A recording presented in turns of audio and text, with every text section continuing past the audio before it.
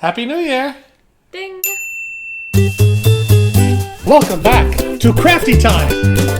With Mark and Fiona. Hey everybody, it's Mark W. Gray and Fiona Gray back again with another incredible gingerbread house. And as usual, we're doing it on New Year's Eve, New Year's Day. Well, now it's done New Year's Eve. It's done. We did it last few days, but we didn't have it before Christmas because, what is Christmas? What is a calendar? What's a day?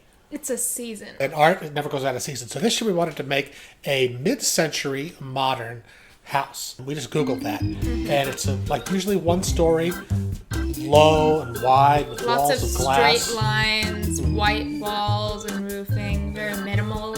Minimal, modern, and cool. And kind of 50s hip, right? Yes, 50s future. Right. Because we've done, in the past you've seen our video, we did a Dalek. We did a TARDIS, which was lovely. Both very space-age. Well, big success, both, but not in the real world. So we're going to build No. a house this year. We're going to get away from the sci-fi nerdy stuff. Yeah. And the key element this year was glass. We made candy glass, which we'll show you in a little while. But we started out with a plan. Fiona drew this incredible plan for this house. I decided to make a fairly simple one-story, two-room house. With a low, flat, wide roof. Fiona did all these incredible drawings in a one-to-one scale. And now, the first thing we want to do is use this candy glass. We looked up the recipe on how.com, I think. Here it is. It's a bunch of cups of sugar, some water, some Caro syrup, and then some cream of tartar, which I think helps it bind together. Make sure not to put this on your teeth unless you use tartar-controlled toothpaste.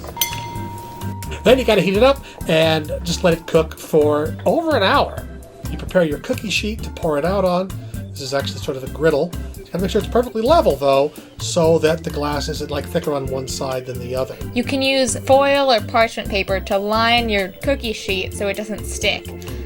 Now, when you're cooking it, it gets up to 220 degrees, then the temperature just stops moving for about an hour. That's while the water is evaporating, but eventually it gets up to 300. You've got to get it exactly to 300, check the directions online, then you can pour it out.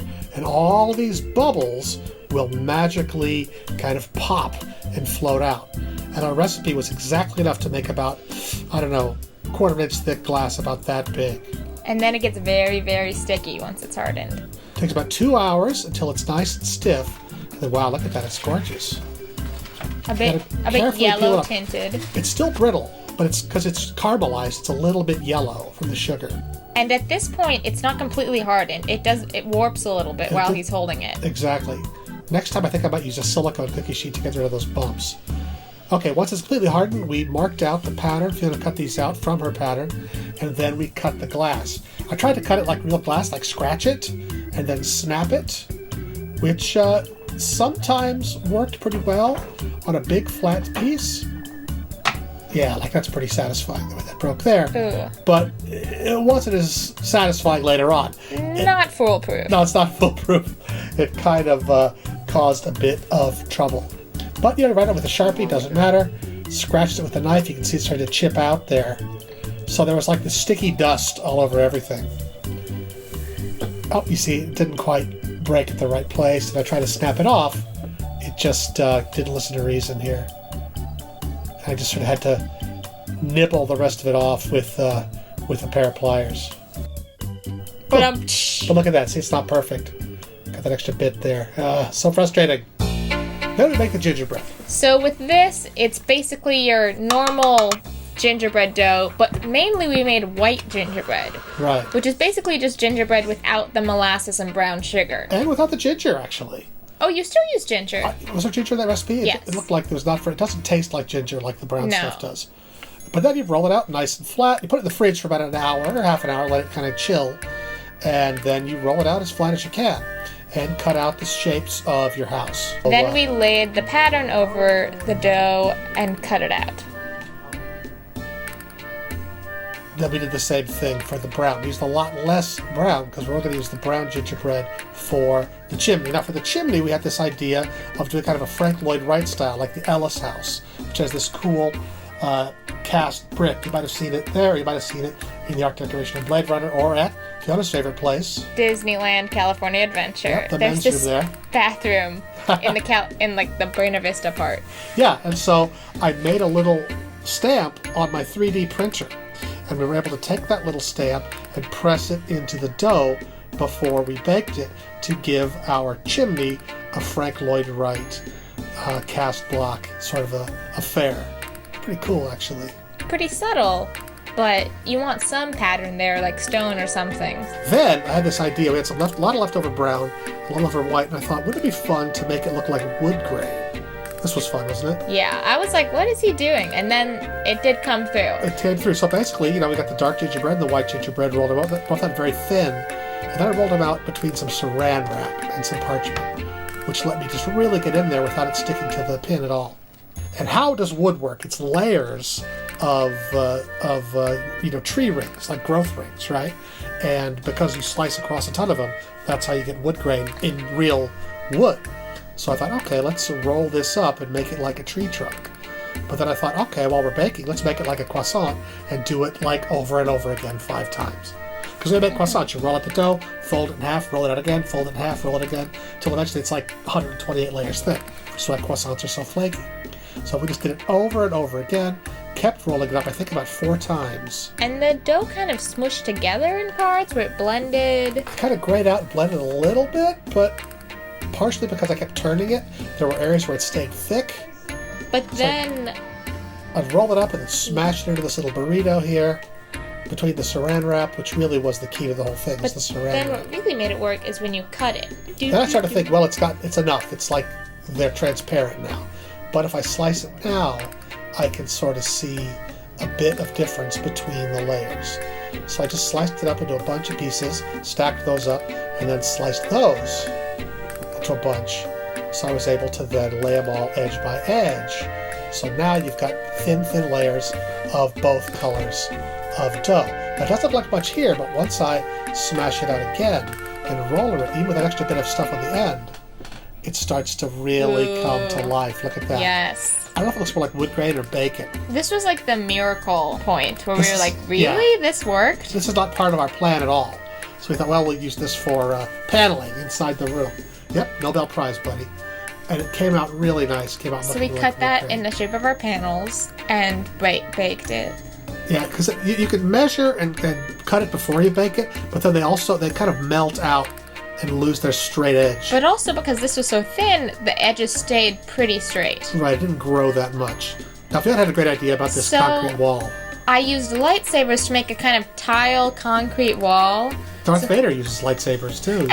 Lifesaver, sorry. And Dad cut them in half with a bandsaw. Yeah, so we could have top Fit and bottoms. this pattern. Now, if you don't have a bandsaw, you could probably use, I don't know, a jigsaw.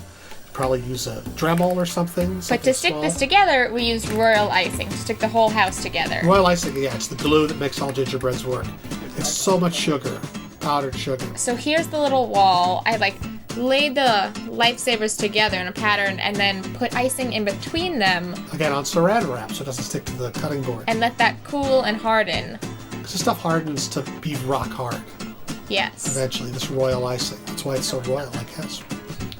But filled it all in there, and then she squared it all up with some chopsticks to make sure everything was in a straight line. And then we just set it aside, let it harden until we're ready to assemble. See, there's our chimney parts and some furniture parts. There's our glass pieces. And then Fiona laid out the pattern. I marked it onto our big styrofoam block that was some packaging that we thought to make the base of our gingerbread house. Yeah, I couldn't find a piece of wood, so I just used a piece of styrofoam. It was in a box.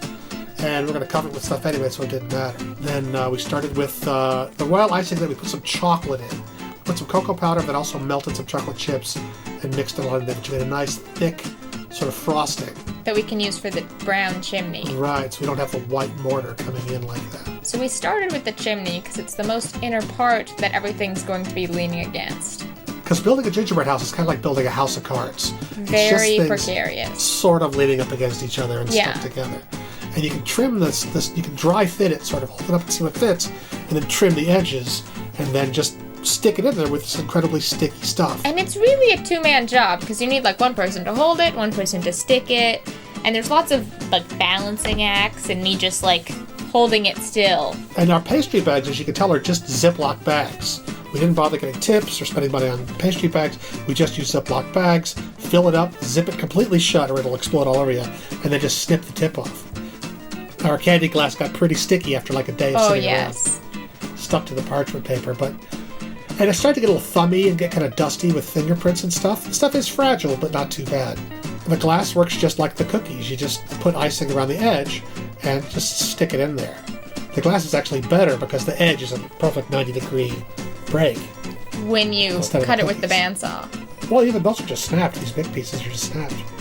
Now that side window there, it broke in half, but it doesn't matter. It's so sticky, it still kind of just holds together. And it's kind of amazing how see-through the candy glass is. Yeah, it's just sugar. So this was to clean off the smudges and schmutz that just gets on the candy glass because it's so sticky. So you can just rinse it with water and then it becomes as clear and shiny as it's going to be. Yeah, but stickier in the future. Now these are some ones I was scared to cut it with my scratch and crack method, so I left them a little bit big, but eventually I just went in the basement and cut them with the bandsaw, which worked really well. As long as there was enough material to cut off, I didn't want to worry about it sticking to the bed of the saw, so I left the parchment paper on. And you see, it just sort of broke off the pieces we didn't need. And then these perfect little windows just fit perfectly. And sometimes the icing is varying consistencies. Like this batch was super gooey, while the chocolate icing was very thick. Though the thick icing, I found the cure for that was I just got a cup of really hot water from the sink and then just stuck the bag in there for a minute, and it warmed up the icing and made it flow just like butter. There's our back window there. Again, it's got a nice thumbprint, which Finn is going to clean off later. And then we put a center wall in the middle between these two rooms to hold it up.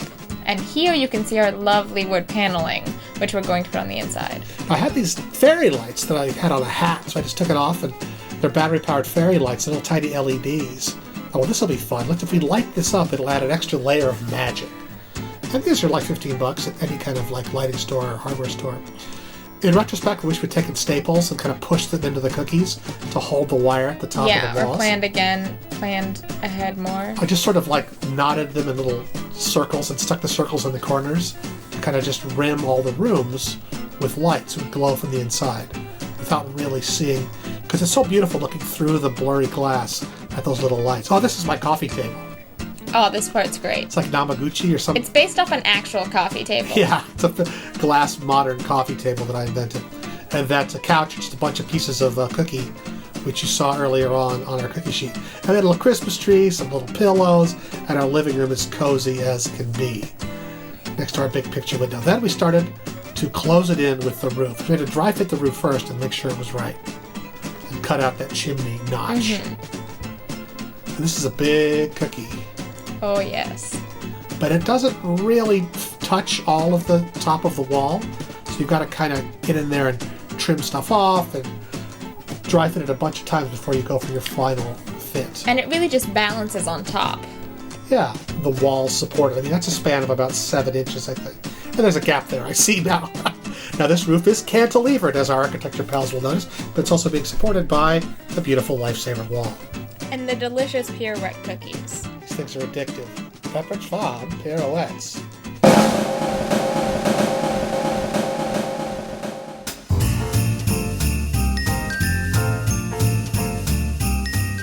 So that's icing with dinner mints and more Lifesavers, and then little leftover cookies. That's our chimney with the beautiful Frank Lloyd Wright style there. Looks pretty good.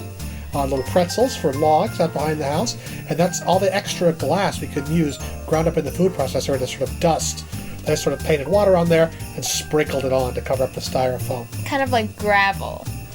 So how do you like our gingerbread house? I love it. It's gorgeous, It isn't is an it? accomplishment. It is beautiful. A lot of fun to make. Didn't cost a lot. A couple of bucks worth of flour and sugar, you know? Multiple days. It was. Couple of days.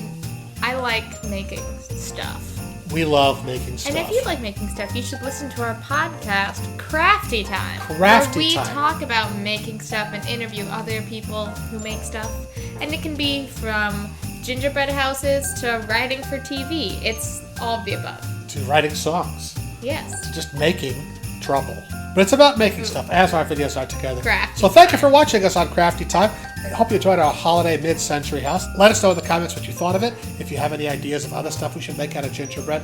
Personally, I want to make one next year that's all wood Glass. grain and glass. Those are your favorite parts. Just wood grain and glass. We could make like a cool 1970s like hip church you know, or something like that. New wave. And special thanks to Noah Gray, our silent partner here. Come say hello, Noah. Come stick your face in the shot here. This is Noah Gray, who's been helping to shoot this stuff. Happy New Year! In the shot there. And pouring our fake champagne. Yep. We're going to get some Martinelli's real apple champagne later cider. tonight. Yes. Don't you worry. This is Fiona's favorite. It's actually more delicious. It's quite delicious. It is. It's so much sweeter. It's great. It's wonderful. So anyway, thank you for watching. Be sure to like and subscribe and all that jazz. Happy New Year! Happy New Year! Cheers! Ding. Cheers. And ding. I'll put a sound effect in there. Try it again. No, try again. No, one more. There it is. That's nice.